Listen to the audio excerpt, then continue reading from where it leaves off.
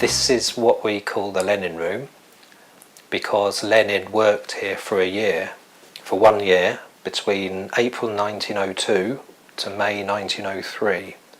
Karl Marx never set foot in this library because it only became a library 50 years after Karl Marx died.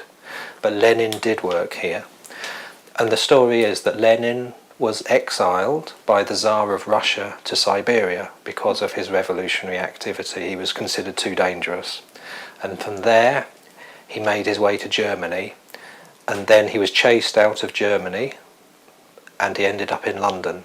The building here wasn't a library, it was the home of the 20th Century Press, which was the first or the main printing and publishing house for sort of socialist and left-wing publications in London.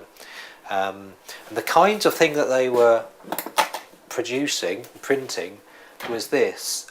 This is a page or front page from Justice from May the 2nd, 1903.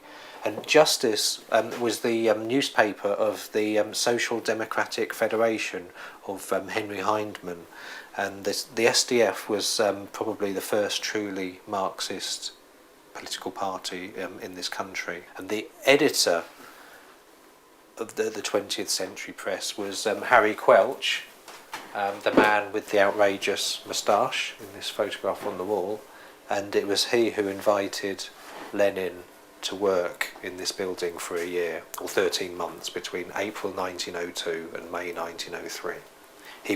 Harry Quelch was a personal friend of Lenin. And when Lenin arrived here, he said to Lenin, "Why don't you share my office?" And you can see it's very small as it is.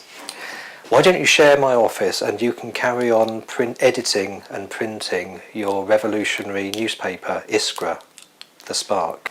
And that is an original copy of Iskra from 1902 or 1903, and 17 issues of that were printed here, written here, printed here, and smuggled into Russia.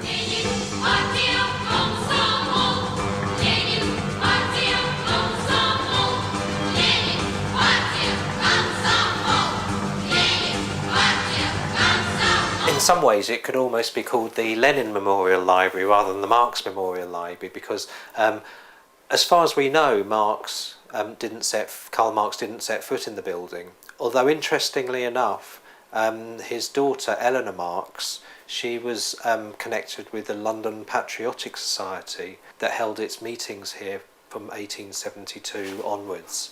The London Patriotic Society was a debating society that was connected with issues such as votes for women and the Fenian cause in Ireland.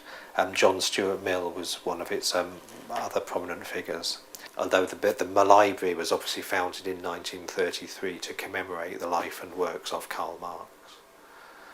The seat here is the seat we believe Lenin sat in, and the filing cabinet here we think was the filing cabinet in the room at the time, but the rest of the furniture we're less sure about. It's obviously of that period, but whether it was in this room or not, we're not sure. These are the collected works of Lenin in Russian. The remainder of the books are other items from our Russian language collections. But you have to imagine this room would have been piled high with papers. So nothing like as neat as it is now. It must have been really, really cramped. Most of the busts and sculptures in the room are quite idealised.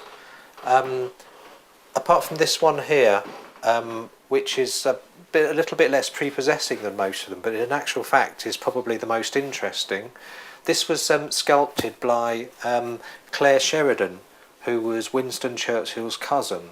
Now that's slightly surprising because Winston Churchill hated communism and in fact sent British troops into Russia in 1918 to strangle the revolution of 1917 at birth. And yet there was his cousin, Claire Sheridan, swanning around Moscow in 1920, sculpting all the top Soviet leaders from real life. That included Lenin, Trotsky, Radek and Dzerzhinsky. They all sat for her. And the sculptures, these busts, were sold to raise money to support the revolution.